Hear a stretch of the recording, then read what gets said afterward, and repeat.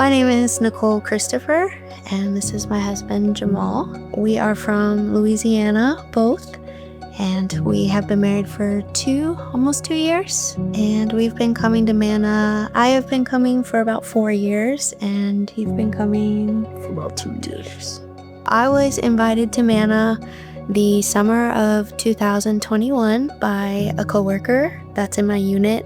Her and her husband invited me when I was going through a really tough time, and I ended up coming to Manna and continued off and on for a little bit until Jamal ended up being PCS'd here, and that's when we started going together. I think it was important to find a church home, one, to be obviously newlyweds and having to create that foundation of our relationship with Christ, knowing that that would be the only way that the longevity of our marriage would sustain itself. The last 2 years of marriage, the first year is always the hardest of marriage from what we were told. Being that I'm Air Force and my husband is in the Marine Corps, we were called separate ways in separate locations at different times, taking into account school and promotions and having a child and building a life. It was a lot of responsibility for me. So that created challenges in their own way. I mean, Nicole and I have known each other for going on a decade now, but still us being married at that point and learning how to navigate through life that way and having to balance that and a career, it was indeed challenging.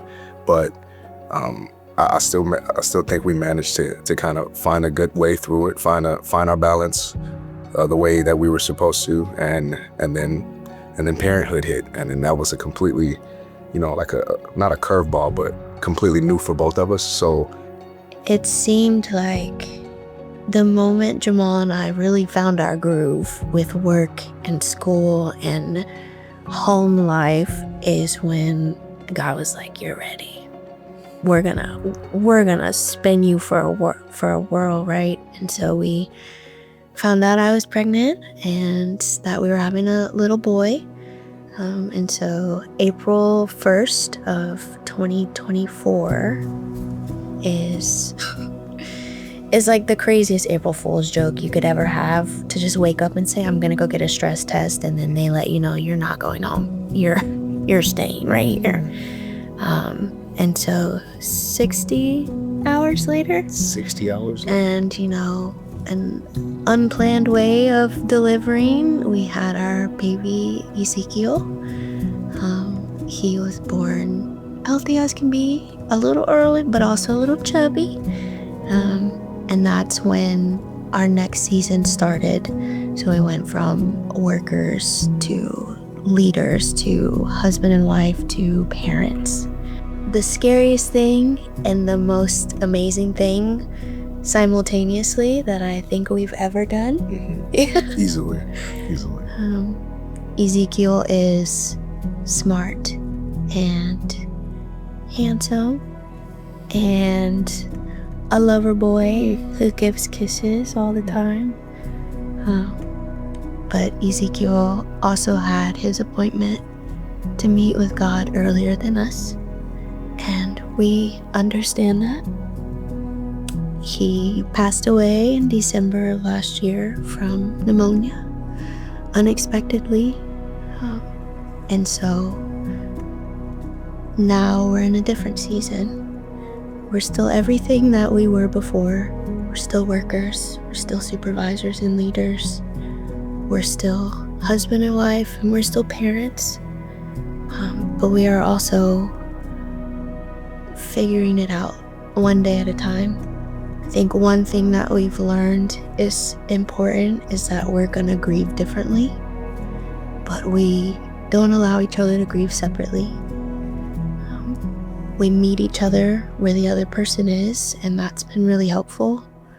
To be transparent with each other has been a very big part in our grieving season. That some days are great, some days are not so great. There is joy in the morning for us, though. There's joy in a lot of little things, new normal joys. The gut-wrenching pain that losing our boy gave us, what now? Like, where do we go? What do we do now? And I read a saying recently, and it said, you don't know that Jesus is all you need until Jesus is all you have. And I feel like that this season is the epitome of that, because had we not been surrounded by the love of our church, the love of our family, the love of our friends, just the immense amount of support we've received, I honestly have no idea how we would be managing or maintaining without him. In the last 3 months, I can say confidently that I've not only seen God move, but I've felt him move in ways that I have never witnessed in my life. And one thing that we found ourselves praying for often was just peace and understanding. And it may not have come the second, we prayed for it as much as we wanted it to have, but from day to day or week to week, or just the fact that we're managing to continue to move in the direction that he wants us to. And for us to have the strength to do that, at one point in time, we couldn't necessarily tell if we'd ever be able to do that again, in itself is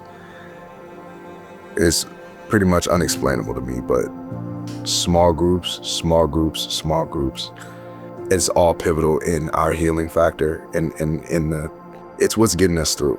If I can just be frank about it, it's what's drawing us closer to him day by day, consistently. It keeps us accountable for our faith. It keeps us aware of his movements and how consistent they've been.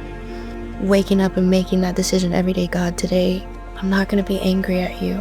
I need you, is where, for me personally, he started to move in other areas outside of my grieving, in my career, and transitioning out of the military, giving that to him and saying, right now I don't have the capacity outside of my grief. Please take it to him blessing me with a job opportunity, because I surrendered that. And in doing the little things, I found more peace in my grieving to know that he's there, that he's got us, that he's surrounding us, that everything is orchestrated already. Grieving the last 3 months has taught me ask big because he hears me, he knows me, he sees me, he will answer me.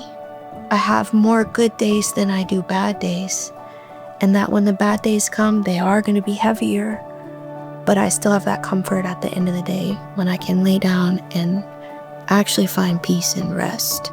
No matter what, no matter your circumstance, no matter anything, you can be sure of the fact that Jesus is as much as ours as he is yours, as he is anyone's. He is who he says he is. He will do what he says he was gonna do. There's no way that I'm able to get up in the mornings without what he's done for us over these last 3 months alone. How dark they were and how heavy they were. We're managing, we're maintaining, and at some point, I pray that our testimony does something for someone, and I believe that it will. Jamal actually told me the difference between the storm and the story is the why. That does help us to reflect on why. And it's also opened up to me asking God why. And it's okay to ask him questions. It's okay to, come to him wholeheartedly, broken and vulnerable. He wants you to. He wants you to seek him in those times, especially in those times. But like Jamal said, having the confidence to know that when you come and you ask the questions, he's going to provide the answers. As cliche, right? But we as believers know all it takes is a mustard seed. And if that's all you can bring it. We're the Christophers. And this is our story.